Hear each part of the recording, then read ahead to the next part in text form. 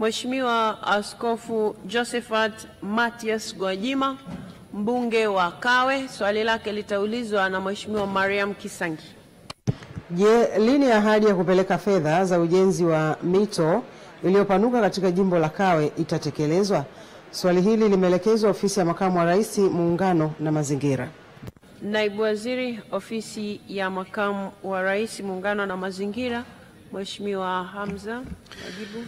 Mheshimiwa Spika, serikali inatambua changamoto ya kupanuka kwa mito iliyopo katika jimbo la Kawe, ikiwemo mito ya Nyakasangwe, Tegeta, Mbezi, Mlalakuwa, Mpiji na Ndumbwi inayotitirisha maji yake katika bahari ya Hindi.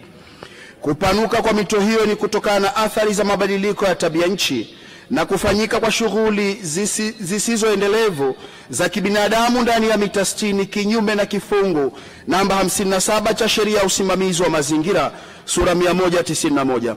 Katika kukabiliana changamoto hiyo, serikali itaendelea kutenga fedha pamoja na kutafuta fedha kupitia mifuko ya hifadhi ya usimamizi wa mazingira na kukabiliana na athari mabadiliko ya tabia nchi ikiwemo GEF, GCF na AF kwa ajili ya ujenzi wa mito hiyo. Kwa muktadha huo, ujenzi wa mito iliyopanuka katika jimbo la Kawe utatekelezwa kadiri fedha zitakavyopatikana.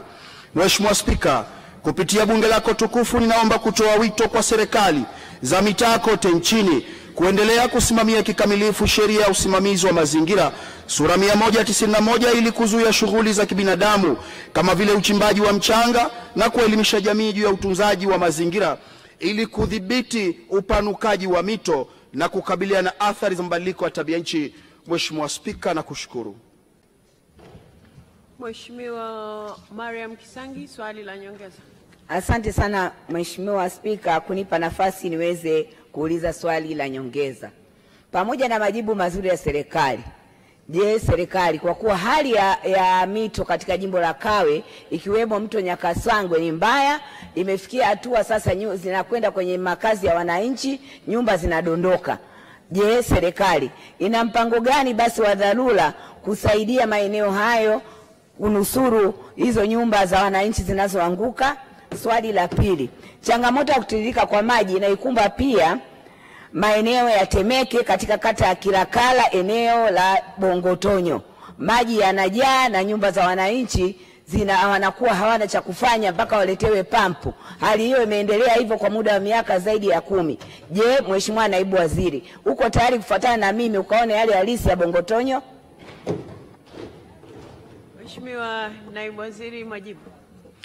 Mheshimiwa Spika, naomba nijibu masuala mawili ya nyongeza ya Mheshimiwa Gwajima kama ifuatavyo, lakini kwanza nichukue fursa hii niwape pole wananchi wa maeneo hayo wa jimbo hilo kwa mvua ambazo zinaendelea na kwa athari ambazo zinaendelea kujitokeza. Mheshimiwa, kama nilivyosema katika jibu la msingi kwamba serikali inatambua changamoto hiyo ya kupanuka kwa mito, na changamoto hii inasababishwa na shughuli za wenyewe binadamu, na ziko mipango ya dharura ambayo tumesema ambayo tayari imeshafanywa na serikali. Tunashukuru wenzetu wa TARURA, tayari kuna baadhi ya vivuko vimeshaanza kujengwa kwa ajili ya kuhakikisha kwamba tunaondosha hii changamoto, lakini tayari tumeshaongea na wenzetu wa NEMKI kwa kushirikiana na TAMISEMI na TARURA ili kuona namna ambavyo tunaendelea kuwaelimisha wananchi kuhusiana na athari ya kufanya shughuli zikiwemo za uchimbaji wa mchanga na shughuli nyingine.